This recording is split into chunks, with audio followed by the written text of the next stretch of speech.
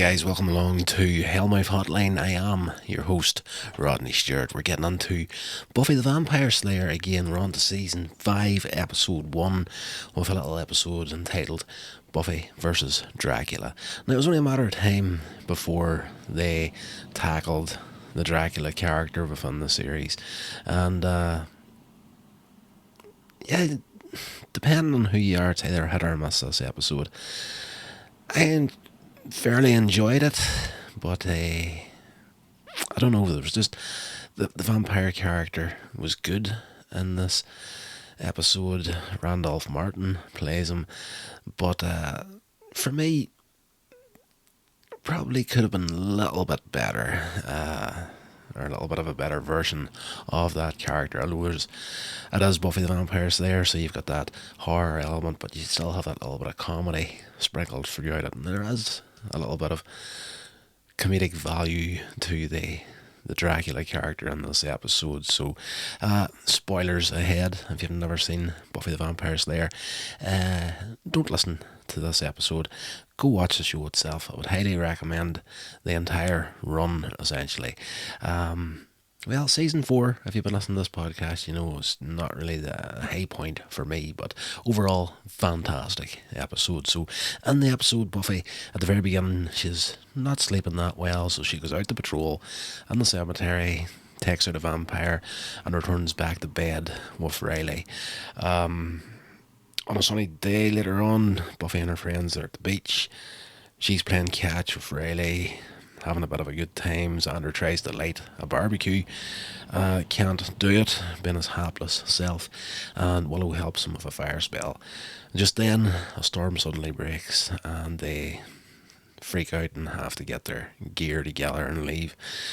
We cut over to two guys that are delivering a large crate filled with dirt to a mansion. They drop it, and a clawed hand breaks through the wood and attacks one of the men. So, staying fairly faithful to the Dracula storyline here, where the mansion turns up, and the crates of dirt turn up, and Dracula, of course, is in one of the crates as well.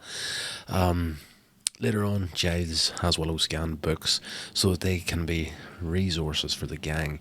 Willow notes that Giles has spent the entire summer cataloguing and indexing his items and diaries, and he confides to her that he's been sorting through everything for the gang to use because he's planning to go back to England, as it's clear now that Buffy no longer needs him.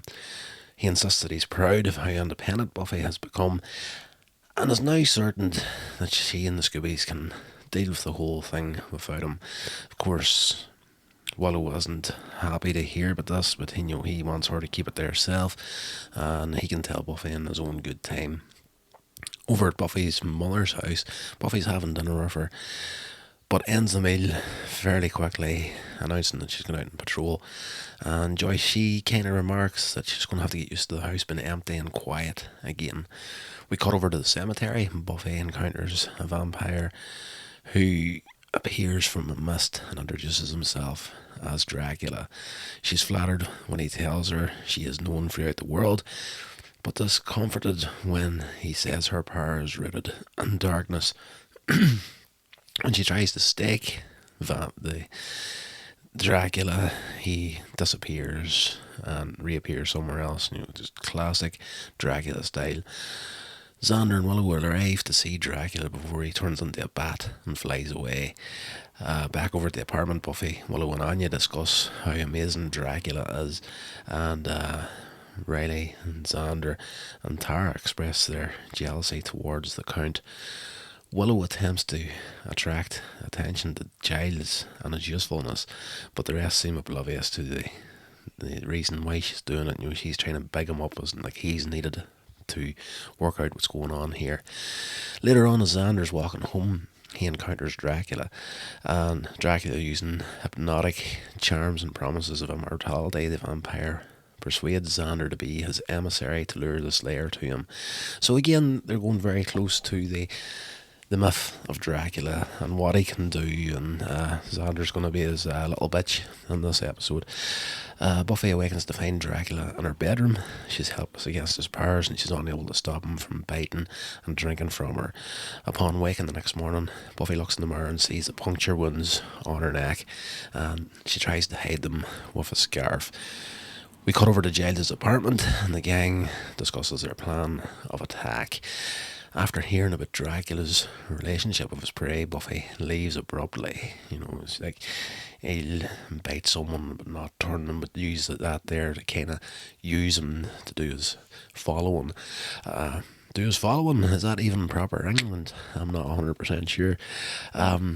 Riley follows Buffy and takes a scarf off and sees the marks on her necks, revealing to the Scoobies that she's been under Dracula's spell.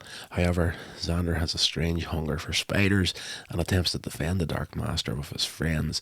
Xander volunteers to have Buffy stay safely at his place, and Willow and Tara use magic to protect the Summers residents, and Giles and Riley decide to go after Dracula.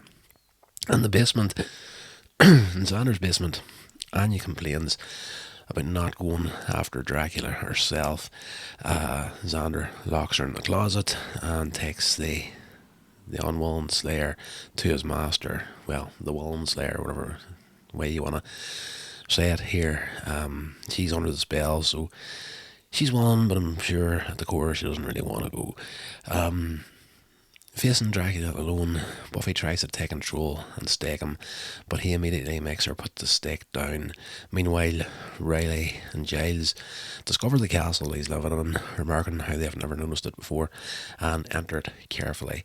That's the thing about these old shows here. It's just like, something is in an episode and it's standing out like a sore thumb, and they're like, I never noticed that before.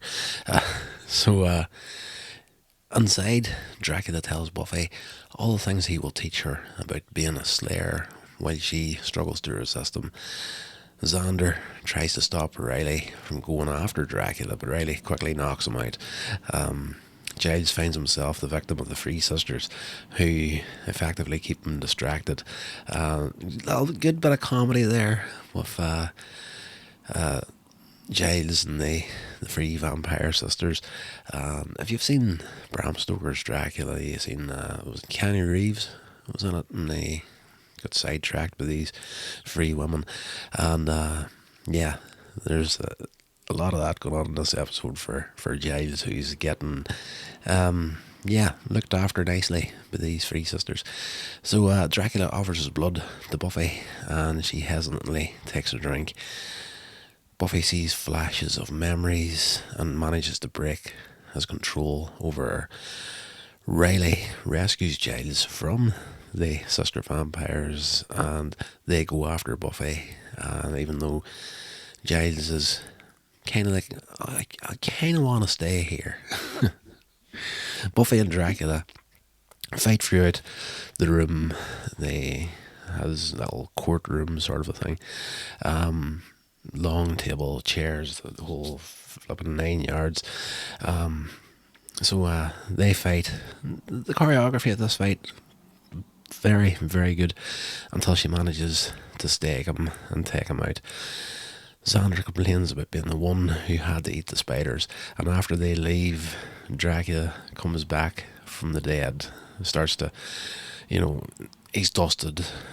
Everybody goes to leave, and the dust starts to reform back into Dracula, and Buffy stakes him again as soon as he appears, knowing that he had come back. Dracula attempts to be solid again, but Buffy reminds him that she's standing right here, and he slips away in his mist form. So at the end of the episode, Dracula's been beaten, but he hasn't been properly killed, as a nice little nod to all the movies and shows that came before this, where Dracula always gets defeated, but somehow he always manages to come back. So they do that in fairly brilliant and comic form in this episode, and it's just the way Buffy delivers that line, "Really? I'm standing right here," and he disappears. So in Giles' apartment, at the end of the episode, he prepares to tell Buffy about his plans to leave, but she says she wants to talk to him as well. And Buffy tells Giles, he lets her go first. She tells Giles that he hasn't been her watcher for a while, but she's been wondering about the origin and the meaning of her power since they called the first Slayer in the last couple of episodes of the previous season, feeling that Dracula knew more about what it means to be a Slayer than what she really knows. Buffy wants to learn about her power and where it comes from. Buffy asks Giles to be her watcher again, to train and teach her so she can be better. Giles is over the moon to the point of tears, nearly, that he's needed again. Giles doesn't tell her about his previous plans to leave Sunnydale, and Willow did keep the secret away. Normally she would have maybe dropped that. Buffy comes home to her mother's house and tells her mum that she's going to the movies with Riley, and as she enters into her room, she finds this young girl standing there and asks, "What are you doing in here?" Joyce tells Buffy that she should take her sister with her if she goes out. In annoyance, Buffy and the girl turn around and call out together, "Mom!" So this is a little bit of a shake-up in this series. We have an extra character, and Buffy's sister in this episode. And whenever I first seen this, I'm like, how are they going to play this out? How is this going to work? Earlier in the episode where Joyce says, Buffy's heading out, she's going to have to get used to the house being lonely and quiet again. Then at the end of the episode, Buffy comes back and there's a young girl there, and her mother knows her as her daughter. And in the last moments of the episode, Buffy also turns around and confirms that she knows the young girl as her sister. So I'm looking forward to watching through this series again and actually piecing this back together again, because this, in the original run, I've watched the whole series maybe twice since it was first aired.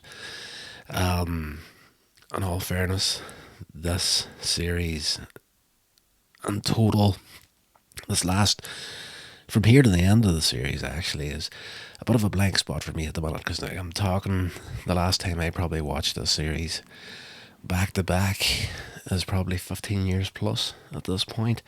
And originally, whenever this first aired, I was at a point in my life where I was dating very seriously and heading towards getting married.